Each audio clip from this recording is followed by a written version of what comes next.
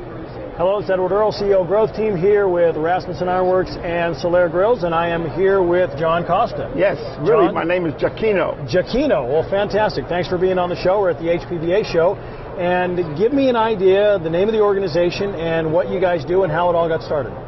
Well, the name of the organization is Ambler Fireplace and Patio. And I like to say that we started from wine to wood. Interesting. In '70, I started out in winemaking and home brewing. And I have this old house, 200-year-old house, which I grew up in with a fireplace. And we had an energy crisis. Yeah. And I tried to keep the oil went from 35 cents a gallon to $1.50 a gallon. Now we're going back in the '78, before your time maybe, I don't know. But I had a fireplace in this house, 200-year-old house, 2 fireplaces. And I threw some wood in, and the first mistake I made is that I threw green wood in. Yeah. Forget that. The next thing I did is somebody said, well, I went and got some now, in this house, by the way, that's where my business, the wine cellar supply house, was. That's where we sold home winemaking supplies and wine grapes and juice and home brewing supplies. Right. So I couldn't afford it, a low-ticket item, winemaking. Then I got some good seasoned wood. I threw it in there, and we had a second floor with an open stairway.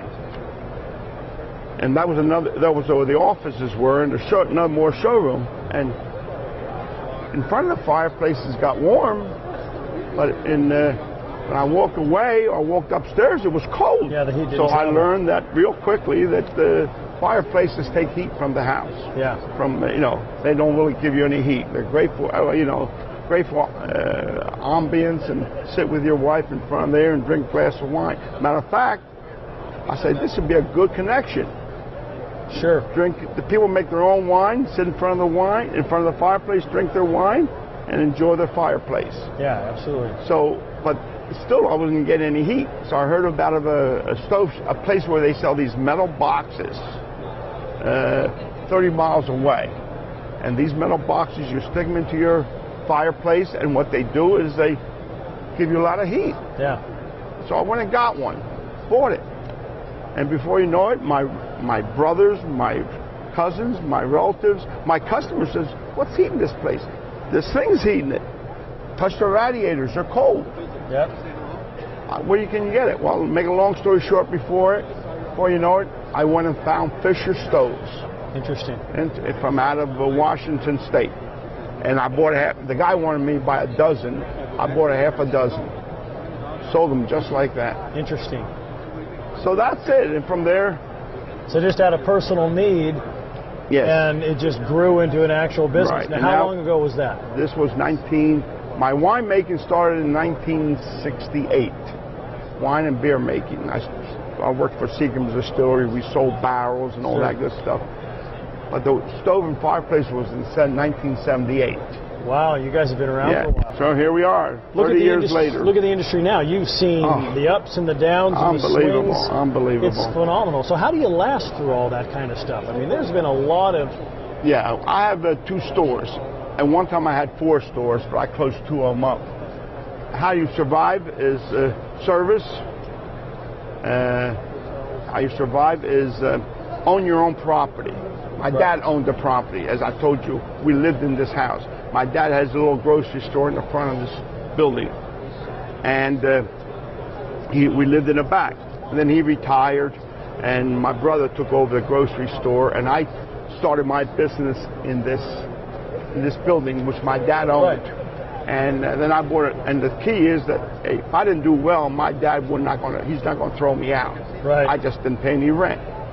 So the key is to own your property. Key is to give service. In other words, you just don't sell a product. Because if you sell a product, when I started selling stoves, there were 6 stove shops in a 35-mile radius. Yeah. In 1982 and 83, there was 30 stove shop in a 6-mile radius. That's amazing. Because if you had 10 stoves, you could sell 100. Yep. But things changed. In 84, 85, 86, if you had 100 stoves, you were lucky to sell 10. But you hang in there with diversified. So you watched it as it grew. Right. And then all of a sudden it started to shrink, and you got to hang in there. Yeah, you got to hang in there. I sold Easter flowers, Christmas trees, barrels. I sold. You really just hustled through some of those. I sold the firewood. I sold 2,000 cords of wood, and I didn't even own a chainsaw. I bought all my product. So you do what you have to do to stay in business. Yeah, you hustle.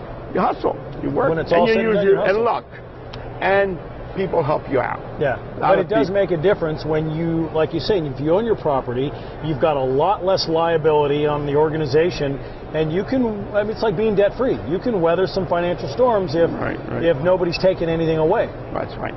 So, what's the competitive environment like now? That's a completely different environment. Completely different. Back then, it's so much sophisticated, and it's there's so many products out there. You can go anywhere you want to go. I mean, you can go barbecue, you can go patio furniture, you can go pellet stoves. You can just create a business in just patio and barbecue, which we do that in the spring and summer. By the way, Sure. we still do. Our main core business is stoves and fireplaces, but we still do patio, barbecue grills, and patio furniture.